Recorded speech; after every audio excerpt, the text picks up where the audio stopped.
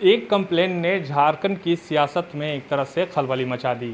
दरअसल इस कंप्लेन में ऐसा कुछ लिखा गया था जिसके बाद झारखंड के राजनीतिक गलियारों में इस बात की एक बार फिर से चर्चा होने लगी कि क्या झारखंड में एक बार फिर से हॉर्स ट्रेडिंग शब्द सुनाई देगा। दरअसल वो कंप्लेन जिनके द्वारा किया गया था वो कांग्रेस के बेरमो से विधायक जयमंगल सिंह हमारे साथ मौजूद हैं। जयमंगल जी, आपसे ये समझना चाहेंगे कि आपने कंप्लेन जो किया उसका उसका आधार क्या था? क्या किस तरह से आपके पास ये सूचना पहुंची कि कुछ इस तरह के लोग जो हैं रांची में या झारखंड में कोशिश में लगे हुए हैं जो वर्तमान सरकार है उसको अस्थिर करने की? देखिए, ये मेरे अपने रिसोर्सेज थे और रिसोर्सेज को रिवील नहीं किया जाता है, और आपसे अच्छा कौन जानता है, आप तो पत्रकार हैं। तो जानकारी आई तभी मैंने एफआईआर किया।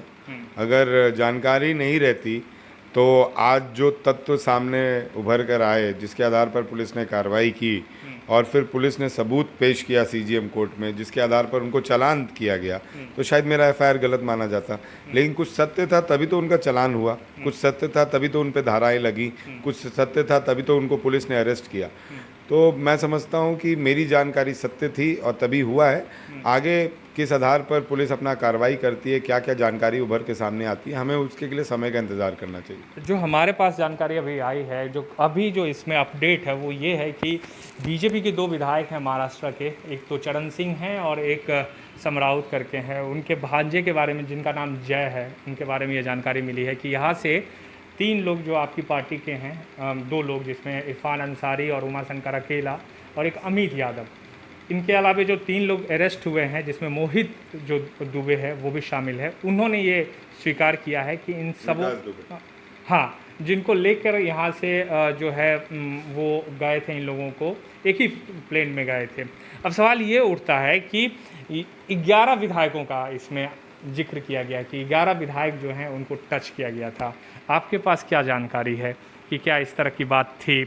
देखिए, मेरे पास ये कोई जानकारी नहीं है, लेकिन हाँ इतना ज़रूर है कि यहाँ पे हमारे विधायकों को बदनाम करने की कोशिश की जा रही थी। और मेरे विधायक, हमारे पार्टी के विधायक, हम लोग एक परिवार हैं, और जब कोई परिवार पे आँच उठाएगा तो निश्चित तौर पर हम लोग को तो आगे बढ़कर अपना काम करना ही होगा। उसी के आलोक में मैंने एफआईआर किया। अब बात रही संपर्क की, तो एक संपर्क में रहना और एक भ्रम फैलाना, दोनों में फ़र्क है। कोई भी आदमी किसी के भी संपर्क में रह सकता है। जब हम पॉलिटिकल लाइफ में आते हैं तो हमारे साथ बहुत लोग फ़ोटोग्राफ भी खिंचाना चाहते हैं, हमारे साथ बहुत लोग बैठना भी चाहते हैं। तो हम उनसे ये नहीं पूछते हैं कि आप भैया क्यों आए हैं, क्या आए हैं, अच्छा ठीक है आइए। उसी क्रम में इन लोग जा रहे थे, उसी क्रम में उन लोग आए भी थे, उसी क्रम में एक बहुत बड़ा हवाला का कारोबार झारखंड में लाने की कोशिश की जा रही थी, ताकि उससे विधायकों में एक भ्रम फैलाया जा सके। तो ये सब जानकारी थी, उसी के चलते हम लोग ने मैंने एफआईआर किया। इसमें उमाशंकर अकेला और इरफान अंसारी का रिटर्न में उन्होंने बयान में जो दिया है, उसमें रिटर्न में वो लिखा हुआ है कि उमाशंकर अकेला, इरफान अंसारी एंड अमित यादव जो कि बरकट्टा से निर्दलीय विधायक हैं। अभी तक जो मेरी जानकारी है, अभी तक पुलिस ने अपना बयान रिवील नहीं किया है। पुलिस ने अब पुलिस का बयान आया नहीं है, पीसी आई नहीं है। एक प्रेस रिलीज कल आई थी और उसके बाद कोई प्रेस रिलीज आई नहीं है। वो जब आएगी तब मैं उस पर बता पाऊंगा। आपको क्या लगता है कि आपकी सरकार को अस्थिर करने की कोशिश बीजेपी कर रही है, या फिर आपके पार्टी के विधायक जो हैं वो इतने कमज़ोर हैं कि उन तक लोग जो है किसी भी तरीके से पहुंच जा रहा है या प्रलोभन दे रहा है? देखिए, मेरे पार्टी के विधायक बहुत मजबूत हैं और कांग्रेसी कार्यकर्ता और निष्ठावान कार्यकर्ता हैं, इसीलिए शायद बीजेपी अभी तक अपने मनसूखों में कामयाब नहीं हो पाई है। नहीं तो बीजेपी वाले तो दुमका और बेरमो चुनाव से 2 सीट का उपचुनाव हुआ, बोलते थे सरकार गिरा देंगे। तो 2 सीट पे वो सरकार कहाँ गिरा देंगे? इसका मतलब उस टाइम में भी ये कोशिश में थे। मधुपुर चुनाव हुआ 1 सीट का, उसके बाद बोलते थे कि हम सरकार गिरा देंगे। तो 1 सीट पे कहाँ से सरकार गिरा देंगे? इसका मतलब उस समय भी कोशिश में थे।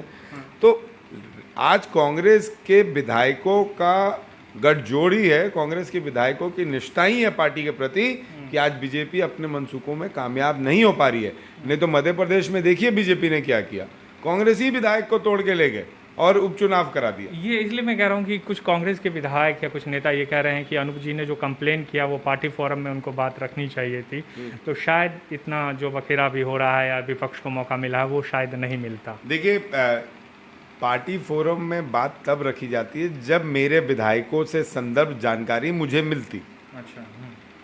मुझे तो मालूम ही नहीं है कि जेएमएम के लिए आए हैं, कांग्रेस के लिए आए हैं कि राजद के लिए आए हैं।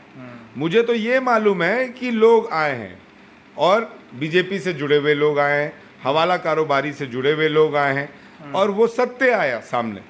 लेकिन मुझे तो ये जानकारी नहीं है कि किस पार्टी से जुड़े हुए लोग या विधायक थे जो उनके टच में थे। मुझे मालूम था हमारे गठबंधन पार्टी से जुड़े हुए लोग थे। तो उस आलोक में मुझे पार्टी में नहीं, मुझे सरकार में ये बात रखनी थी और सरकार के जो संवैधानिक ढांचा है उसके आलोक में मैं कोतवाली गया हूँ। आखिरी में सवाल है, क्या और साक्ष्य आपके पास हैं इस तरह के?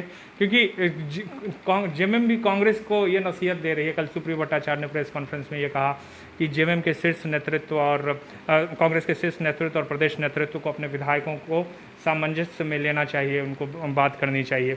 तो ये आपको लगता है कि कहीं ना कहीं कांग्रेस के लिए, क्योंकि राजस्थान आप देख रहे हैं क्या स्थिति है, मध्य प्रदेश में आपकी सरकार जा चुकी है, पंजाब में आप अभी उलझे हुए ही हैं, झारखंड में भी कमोबेश की स्थिति वही दिख रही है। देखिए, किसी पार्टी के डिसीजन पे हम अपनी प्रक्रिया दें, मैं समझता हूँ ये गलत है। पंजाब में नवजोत सिंह सिद्धू जी को बना के हमने सही किया कि गलत क्या किया वो हम जानते हैं और पार्टी बखूबी जानती है और कैप्टन साहब के वार्तालाप के बाद ही ये हुआ। आगे पार्टी का क्या स्टैंड होगा वो अलग है। राजस्थान की स्थिति आप देख रहे हैं, सरकार हमारी है और सब चीज़ ठीक चल रहा है। झारखंड में भी सरकार हमारी है और कुछ दिक्कत नहीं है। अगर अपनी बातों को आला कमान के पास रखना, अपने गार्जियन के पास रखना गलत है तो मैं समझता हूँ कि ये सीख बीजेपी वालों में होगी, हमारे के अंदर ये सीख नहीं है। रह गई बात सुप्रियो भट्टाचार्य जी ने जो बोला, वो इसी आलोक में बोला कि जो बातें उभर कर सामने आ रही हैं मेरे एफआईआर के बाद, तो मैं समझता हूँ कि उनका कंसर्न अपनी जगह सही है। लेकिन हमारे विधायक जो हैं वो लगातार आरपीएन सिंह जी के टच में हैं, लगातार रामेश्वर राव जी के टच में हैं और हम लोग उनको गार्जियन के रूप में देखते हैं। आपके विधायक इंटैक्ट हैं, कहीं से कोई एकदम इंटैक्ट है और हम लोग एक परिवार हैं और निश्चित तौर पर सरकार के साथ। बहुत शुक्रिया। ये थे हमारे साथ जयमंगल सिंह, जिनके एक कंप्लेन से जो है झारखंड में एक बार फिर से हॉर्स ट्रेडिंग शब्द जो है राजनीतिक गलियारों में उसकी चर्चा होने लगी है। आने वाले समय में इसमें और क्या खुलासा हो सकता है उस पर हमारी नज़र बनी हुई होगी। वीडियो पसंद आए शेयर जरूर कीजिएगा। नमस्कार।